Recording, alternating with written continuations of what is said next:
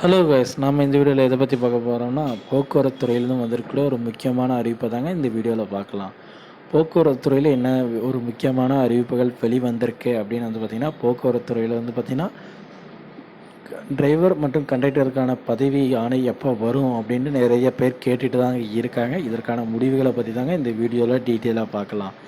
எப்போ சார் இதுக்கான டீட்டெயில்ஸ் எல்லாம் கொடுப்பாங்க அப்படின்ற மாதிரி சொன்னால் கிட்டத்தட்ட 10 வருடங்கள் ஆகிடுச்சிங்க. இன்னும் வந்து பார்த்திங்கன்னா போக்குவரத்து துறையில் எந்த ஒரு மாற்றங்களும் நடைபெறலைங்க. ஏற்கனவே வேலை செய்கிறவங்களே தாங்க வேலை செஞ்சுட்டு இருக்காங்க. நிறைய பேர் வந்து பார்த்திங்கன்னா உடல்நிலை சரியில்லாத காரணத்தில் லீவு போட்டுறாங்க. அது மட்டும் இல்லாமல் வந்து பார்த்திங்கன்னா சீனியருங்களாம் நிறைய பேர் ரிட்டையர்மெண்ட் ஆகிடுறாங்க.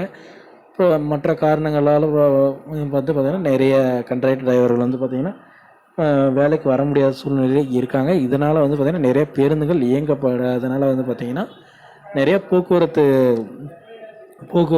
பயணிகளுக்கு வந்து பார்த்திங்கன்னா போக்குவரத்தை ஒழுங்காக பஸ் வசதி பண்ண முடியல அப்படின்ற மாதிரி அமைச்சர் சிவசங்கரே சொல்லியிருக்காருங்க. இதுக்கான முடிவுகள் என்ன பண்ணுறாருங்கன்னா, தற்காலிக ஓட்டுநர்களை நியமிக்கிறோம் அப்படின்ற மாதிரி சொல்லியிருக்காங்க.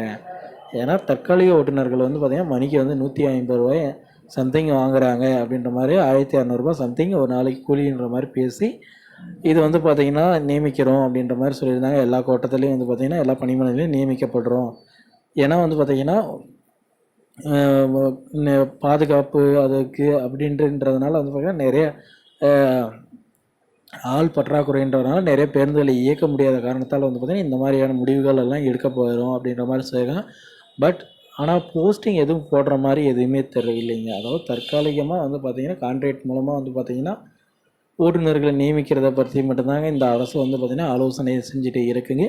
ஆனால் வந்து பார்த்திங்கன்னா இந்த எக்ஸாம் வச்சு வந்து பார்த்திங்கன்னா உள்ளே போகிறதுக்கான வாய்ப்புகள் இல்லை, ஏதாவது எதுவுமே பண்ணுறதுக்கான வாய்ப்புகளே இல்லைங்க. இப்போ வந்து பார்த்திங்கன்னா தற்காலிக ஓட்டுநர்கள் நியமிக்க போகிறாங்க. கிட்டத்தட்ட வந்து பார்த்திங்கன்னா அனைத்து பணிமனைகளிலும் வந்து நியமிக்க ஆரம்பிச்சிட்டாங்க. அது மட்டும் இல்லை வந்து பார்த்திங்கன்னா அவங்களுக்கு வந்து பார்த்திங்கன்னா ஊதியம் வந்து எப்படின்னா கான்ட்ராக்ட் மூலமாக தாங்க ஊதியம் 20,000 ரூபாய் சம்திங் அதாவது சொல்லியிருக்காங்க. அது மட்டும் இல்லாமல் வந்து பார்த்திங்கன்னா 18 மாத அனுபவம் இருக்கிற அதாவது ஓட்டுநர் லைசன்ஸ் வச்சுருக்கணும் அப்படின்ற மாதிரி சொல்லியிருக்காங்க. இதனால் வந்து பார்த்திங்கன்னா இது சிபிஎம் நிறைய கம்யூனிஸ்ட்டு அந்த மாதிரி கட்சிகள்லாம் வந்து பார்த்திங்கன்னா இந்த வாக்குறுதிகளை வந்து திரும்ப பெறணும், இதை வந்து நீக்கணும் அப்படின்ற போராட்டங்கள் எல்லாமே செஞ்சுட்டு இருக்காங்க. பட் ஆனால் தற்காலிக ஓட்டுநர்களை தாங்க இப்போ நியமிக்க ஆரம்பிச்சிருக்காங்க அப்படின்னு சொல்லியிருக்காங்க. ஓகே ஃப்ரெண்ட்ஸ், இந்த மாதிரியான யூஸ்ஃபுல்லான வீடியோஸ் வேணால் நம்ம சேனலை சப்ஸ்கிரைப் பண்ணி வச்சுக்கோங்க.